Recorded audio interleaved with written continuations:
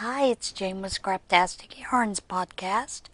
Today is Saturday, August the 25th, and I did manage to get my sweater unfrogged.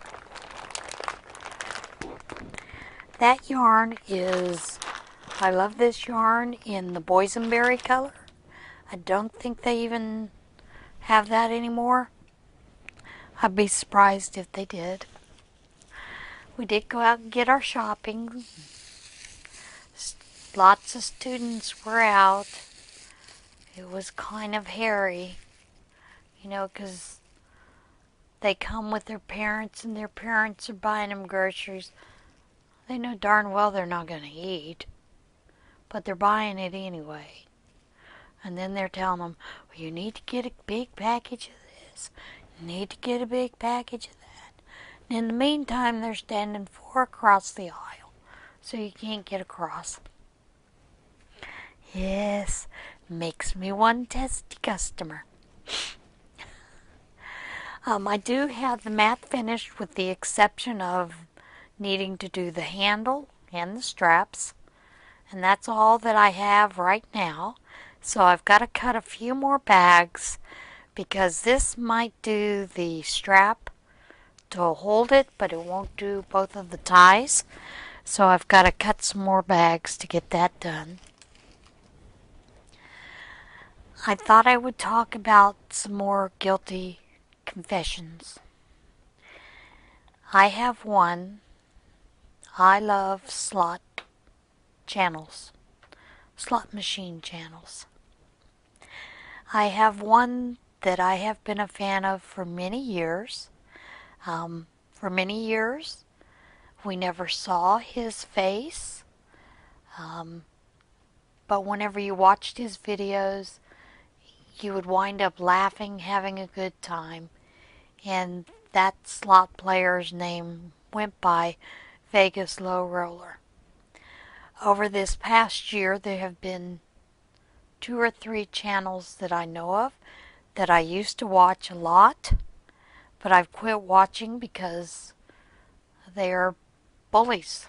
They have been bullying him because he never put his face, in front of the camera. He was always just videotaping the slots as he was playing, that kind of thing. Well, one of the gentlemen on one of these channels decided to go after him to get a picture, and so then he posted it on his webpage and his YouTube channel and began to bully this guy. This guy already had some anxiety social issues, simply because of the life that he led. He has done a lot to change his life in the past year, and he's put out a video, and he had arranged what they call SlotCon, which is a convention where fans come together, you gamble together, you may do a high limit pool, you're just enjoying each other's company, getting to know each other, and visiting some of the other places wherever you've arranged that at. But in the meantime, he has been working with a reporter to write several books and to put his story out there. And he's got a video that kind of explains a little bit about it. And the name of that video is How to Change Your Life in 1 year. And it's very inspirational. He lost a tremendous amount of weight. He has come out to the public, has become, now he shows his face on his videos. There are a few people in the slot community that I absolutely love their videos. I am a big fan of slots because I like the graphics that they have and the way that they arrange the games and those kind of things. And yeah, I enjoy it. So that's one guilty pleasure. Guilty confession. I have also been watching a few other channels, new channels to me, and I am going to list a couple of those. But I am going to say something. While I was watching some of these other videos, you know how off to the side YouTube recommended for you was one of my videos. I thought that was a hoot, that it's recommending that I go watch one of my videos. So it was kind of funny. One of the first ones is a young man. He's a teenager, has a crochet podcast, and his name is Thomas Costa. And he is, I believe he's 14 going on 15. He has also done a couple of videos with his cousin. His cousin is starting up a channel as well, and her name is Chanler Baker. They're both crocheters. I believe Chanler also knits, but she's 17. So if you give these guys a look, just keep that in mind as you're watching some of the video. They are young. Cut them a break. The other one is Marte, and the name of her channel is Another Crocheter. She is in Norway, and she had voiced concerns about her English because sometimes she has a hard time translating something that would be said in Norwegian into English. I think she's doing a fantastic job, and she has some very neat projects that she's done, so give her a little bit of love. The other gal is one that has been around, and I've watched her in the past. For some reason, YouTube undinged the bell on her, so I wasn't getting her videos. And then I noticed she had a new video up, and I was like, well, I haven't seen her in a while. I wonder where she's been. She's been there all along. It's just YouTube undinged the bell for me. Thank you, YouTube. So I dinged it back. And that is Lexi of Lexi Loves Stitching. She just put out a video on a winding up your yarn challenge. She's coming out with a big full video about that Monday. And it's kind of cute and funny, and give it a look-see. The other gal is Becky, and she is from North Carolina, I believe. Her channel name is Funny Farm Crochet. She's very southern. She's noticed while she was filming it, she does a lot of ums. Like, it never happens to the rest of us, right? Yeah. So, she has quite a few projects. She has a beautiful project that she is making, I believe, for her father-in-law, who is a Vietnam vet. It's a purple heart, corner-to-corner blanket, and it is stunning. It's beautiful. If not for anything else, go look at that. She's got one video up, so, give her a look-see. Someone else recommended to me Juanita Fagan, and I hope that's how you pronounce your last name, Juanita. She has a video up that's a tutorial about 8-petal flowers for crochet. I have not looked at the video yet. It's on my queue to look at this afternoon. But the flower is absolutely beautiful, and I'm thinking that would be a fantastic thing to put on sweaters, t-shirts, headbands, baby hats. I do a lot of baby hats. So, yeah, I'm going to go watch that video later on. I had told you about all that the fabric that I had gotten yesterday. Well, the woman also is planning on bringing in another 20 bags next Friday for us to go through. And, I've talked about now I have to find a place to put it, teasing about the pods. Christy had asked if I have a closet, and she suggested putting shelves in the closet. Christy, I have a closet. It already has shelves in it. that are full of my stabilizers and full of batting for quilts. So, and the other thing that it has in it, a few years ago, I used to write for a pagan online craft magazine. So I wrote up a lot of patterns. I was asked to take over this craft magazine when the girls were getting out of it because they just, as she put it, she had no ideas for crafting. And at the time, I said, there is no reason, regardless of your religion or your beliefs, that you cannot craft something that fulfills a part of that for you. And so I had done quite a few crafts in that way. If you've gone to my Ravelry page, you'll see quite a few of those. One was a blanket that was done in squares and half triangle squares, which is a witch's hat. That pattern is up. My Green Man bag pattern is up. I should show that to you.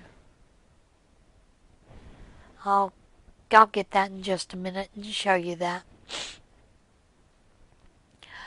I've also done a couple of pentagram squares that could be used as washcloths, made into squares. For one of the other, at the time, Yahoo groups, I was challenged to make a shawl, pentagram shawl, out of filet crochet.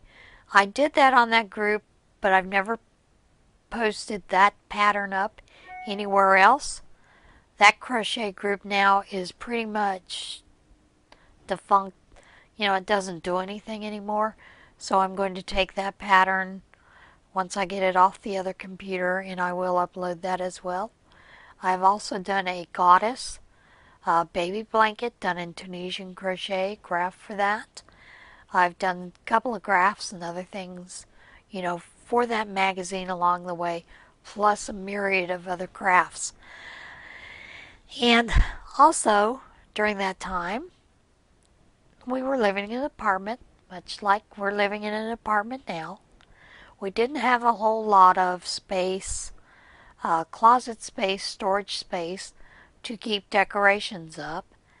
And some of the things that I have always liked doing is plastic canvas, so I've done a few patterns for that. But I also like to do the crocheted wreaths. So I had devised a wreath that you could use one wreath mold, you know, the plastic foam molds, and you could change out that wreath on the outside. Basically what it would have would be like it may be, I'll give you an idea. January would be light blue with snowflakes on it. The base would be something that could be changed out.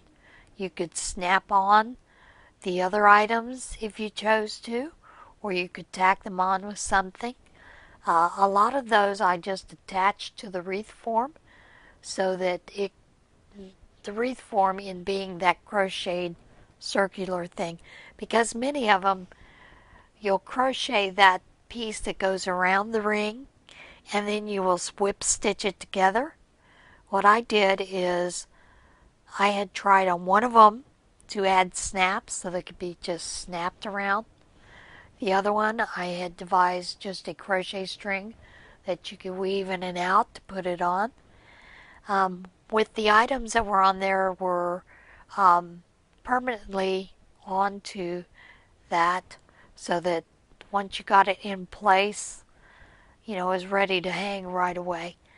And I've just never done anything with those patterns. I thought, you know, I need to get those out and put them up. Other people might enjoy those. They were written years ago, so might as well get them out there, right? All right, let me get that other bag for you so you can see it. Hold on. Okay, I've got the bag now, and it was a Green Man bag that I had loom knit.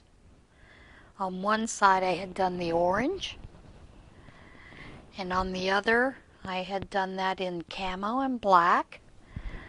And then I took and I lined the bag with some fall fabric.